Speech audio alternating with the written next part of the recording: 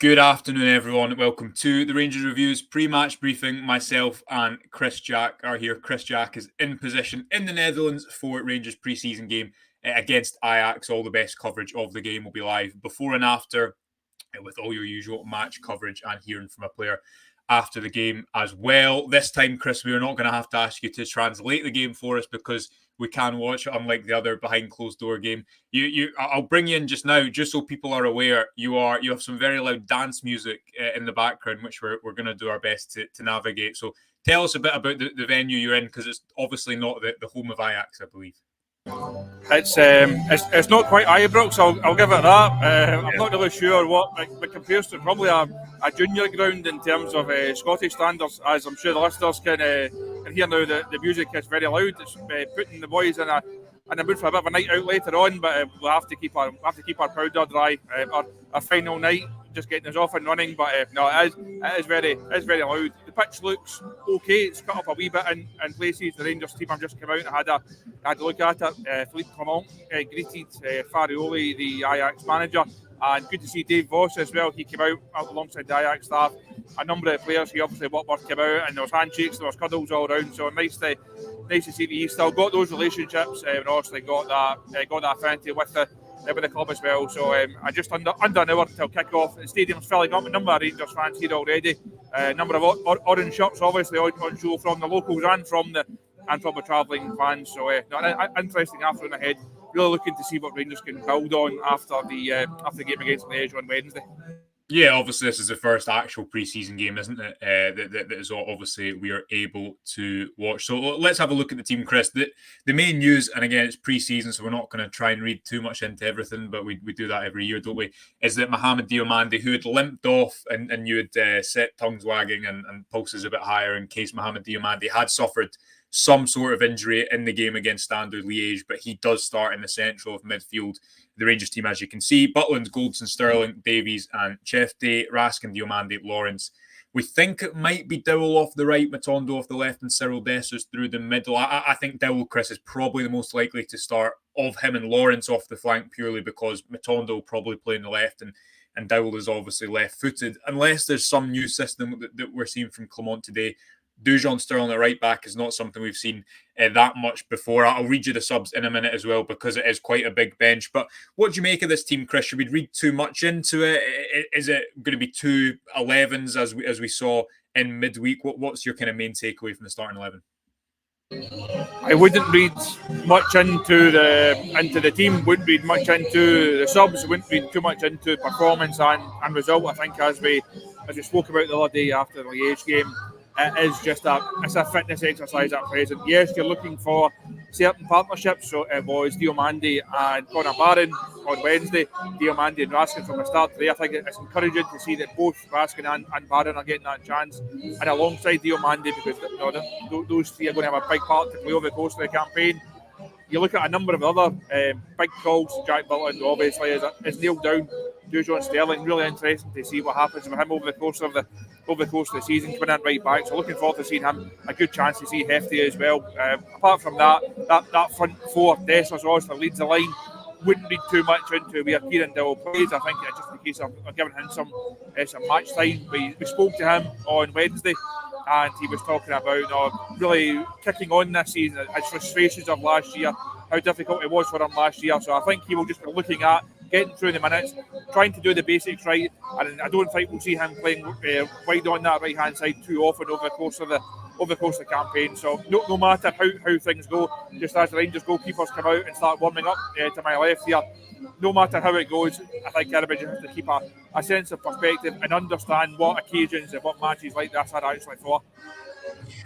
Yeah, absolutely. The bench reads Kelly, Budanakis, Ridvan, Suter and Ciala, Wright, Balogun, King, Devine, McCausland, Fraser, McKinnon, Lowry, Curtis, Barron and Seal and Danilo. Good to see him back on the bench as he recovers from injury. You can obviously read Chris's exclusive interview with him on the Rangers Review early next week. A reminder as well, if you are just tuning in, we're going to be hearing more from Philippe Clement over the next few days, so do make sure you are subscribed to the website to keep up to date with everything the manager has to say. Lots of conversation, everything from James Tavernier and Connor Goldson to Jack Butland, more stuff on transfers, so keep an eye out for that over the next few days. Chris, a lot of people in the comments noticing that there's no James Tavernier or Todd Cantwell in the starting 11 or on the bench today. Comment here as well asking, where is Oscar Cortez? Cortez is recovering from a relatively serious injury and operation. So I believe that his minutes are going to be quite carefully managed. He only played 30 minutes in the bounce game in midweek. Anything to read into no Cantwell and Tavernier, or is it just a case of, I mean, you've been speaking to Clement over there, and he has referenced, hasn't he, the fact that different players need to be built up to different schedules at the moment. For example, we didn't see Dujon Sterling in midweek, but he obviously starts at right back today. On Cortez, I think that's as you say. I think he's also coming back from this injury. We do have to give him a bit of time to work his way back up to full fitness. Tavernier is interesting. I was also at the Rangers training yesterday, and as I saw on the live show with Derek, as Tav came out, by that stage the rest of the squad had already been through their warm-up and were already well into their session. So I don't know what part, if any, he played after we left the training ground yesterday, but doesn't seem to have featured an awful lot during this trip. I don't know if we got a chance to speak to the manager later on after this game, but we're certainly making inquiries to try and see what the situation is with Tav. Again, Todd Cantwell obviously played no part in the game against Liège on Wednesday, so again we'll do our best to try and figure out what the situation is with Todd in terms of fitness and match minutes. Yeah, Dujon Sterling played quite literally almost in every position last season. A lot has been made of where exactly he's going to play this season.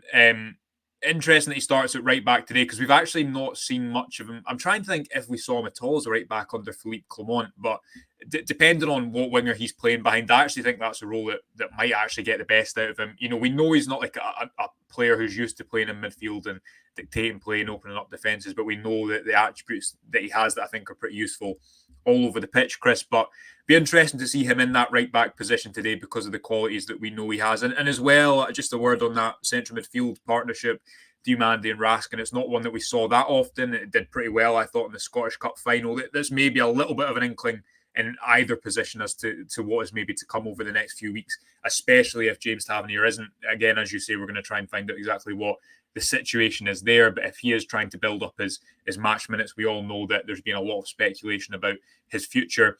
Interesting in both those positions heading into today's friendly.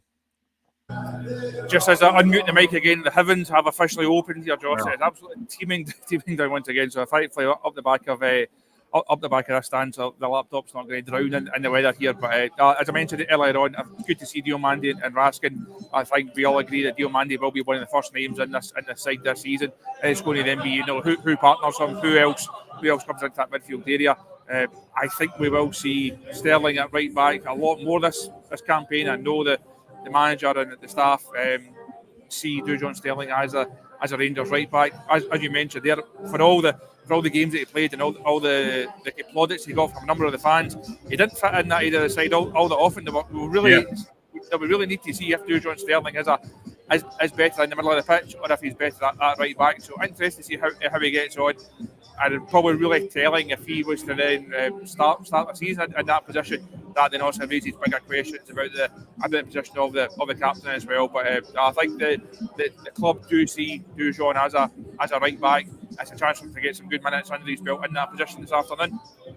Yeah, we're going to let you go, Chris. A good test as well against Farioli's Ajax. He's had some interesting teams in the past, isn't he? So looking forward to seeing how Rangers do today. We'll be live as well, folks, sometime after full time. Not sure exactly when. Chris will be speaking to hopefully a member of the Rangers team, but keep up to date with us across our socials for all your match reaction, all the analysis, and everything else from pre-season over the next few days. But until then, enjoy the game wherever you're watching it, and we'll speak to you